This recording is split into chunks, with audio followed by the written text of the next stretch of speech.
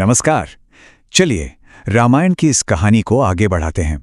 महर्षि विश्वामित्र के साथ श्री राम और लक्ष्मण अब पहुंच चुके हैं मिथिला नगरी, और जानते हैं क्यों? एक ऐसे भव्य आयोजन के लिए जो इतिहास को हमेशा के लिए बदलने वाला था। तो मिथिला नगरी मतलब राजा जनक की नगरी उस समय समझिए कि पूरी तरह से उत्सव में डूबी हुई थी। हर तरफ बस संगीत और उल्लास का माहौल था। दूर दराज से बड़े बड़े योद्धा, राजकुमार सब आए हुए थे और सबकी आंखों में बस एक ही सपना, एक ही लक्ष्य था। जी हाँ, ये सब लोग यहाँ जमा हुए थे राजकुमारी सीता के स्वयंवर के लिए। लेकिन रुकिए, ये कोई मामूली स्वयंवर नहीं था, और इसे जीतने के लिए एक ऐसी शर्त रखी गई थी जो लगभग नामुमकिन थी। तो अब सवाल उठता है कि ये स्वयंवर आखिर होता क्या है? देखिए, ये भारत की एक बहुत पुरानी, बहुत ही दिलचस्प परंपरा थी। इसमें होता यह था कि एक राजकुमारी को अपना पति, अपना जीवन साथी खुद चुनने का हक मिलता था, और ज्यादातर मामलों में इसके लिए एक बहुत मुश्किल सी चुनौती रखी जाती थी। जो भी उस चुनौती को पार कर लेता, बस वही राजकुमारी का वर बनता। और मिथिला में राजा जनक ने यही किया। उन्होंने शर्त का ऐलान किया, और शर्त क्या थी कि जो कोई भी वीर भगवान शिव के इस दिव्य धनुष को सिर्फ उठाएगा नहीं, उठाकर उस पर डोरी भी चढ़ा देगा, वही सीता का पति बनने के योग्य होगा। और हां, ये कोई ऐसा वैसा धनुष बिल्कुल नहीं था। ये तो खुद भगवान शिव का अपना दिव्य धनुष था, पिनाक। आप इसकी ताकत और वजन का अंदाजा बस इसी बात से लगा लीजिए कि बड़े बड़े सूरमा भी इसे हिला तक नहीं पाते थे।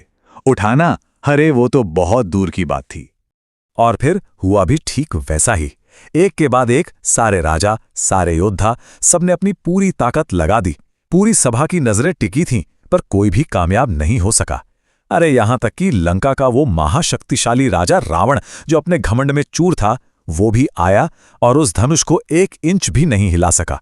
तो सोचिए, जब सारे के सारे योद्धा हार मान चुके थे, सभा में एकदम मायूसी छा गई थी, तभी कहानी में एक जबरदस्त मोड़ आया।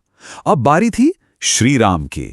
जैसे ही उन्हें अपने गुरु विश्वामित्र का इशारा मिला, श्री राम बहुत ही विनम्रता से उस दिव्य धनुष की तरफ बढ़े। आप देखिए, उनके चेहरे पर न तो कोई घमंड था, न ही कोई चिंता, बस अपने गुरु की आज्ञा का पालन करने का एक भाव था। और फिर वो हुआ जिसकी वहां बैठे किसी भी इंसान ने कल्पना तक नहीं की थी। जिस धनुष को कोई हिला नहीं पा रहा था, उसे श्री राम ने इतनी आसानी से, इतनी सहजता से उठा लिया, जैसे वो कोई मामूली खिलौना हो। यह अविश्वसनीय नजारा देखकर पूरी की पूरी सभा में एकदम सन्नाटा छा गया। किसी को अपनी आंखों पर यकीन ही नहीं हो रहा था। सबकी सांसें जैसे थम सी गई थीं। और फिर जैसे ही श्री राम ने उस धनुष पर प्रत्यंचा चढ़ाने की कोशिश की, एक जोरदार, कान फाड़ देने वाली आवाज हुई, कड़ाक, और वो दिव्य धनुष बीच से टूट गया। अब ये कोई मामूली घटना नहीं थी, बिल्कुल नहीं।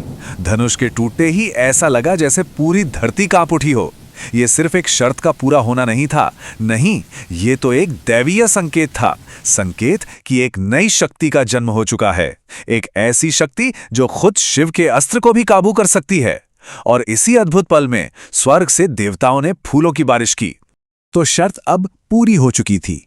राजकुमारी सीता, जिनके हाथों में वरमाला थी और आंखों में प्रेम और श्रद्धा, वो आगे बढ़ी और उन्होंने श्री राम के गले में वरमाला पहनाकर उन्हें अपने पति के रूप में स्वीकार कर लिया। और बस स्वयंवर के सफल होते ही मिथिला से लेकर अयोध्या तक हर तरफ जैसे खुशियों की लहर दौड़ गई और शुरू हो गई एक भव्य विवाह की तैयारियां।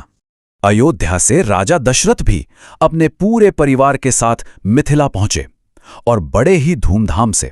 सिर्फ राम और सीता का ही विवाह नहीं हुआ, बल्कि उनके तीनों भाइयों का विवाह भी संपन्न हुआ। भरत का मांडवी से, लक्ष्मण का उर्मिला से, और शत्रुघ्न का विवाह हुआ श्रुतकीर्ति से। सब कुछ बहुत अच्छा चल रहा था। उत्सव अपने चरम पर था। लेकिन तभी इन खुशियों के बीच कुछ ऐसा हुआ, एक ऐसी नाटकीय घटना जिसने वहां मौजूद हर किसी को हैरान कर दिया।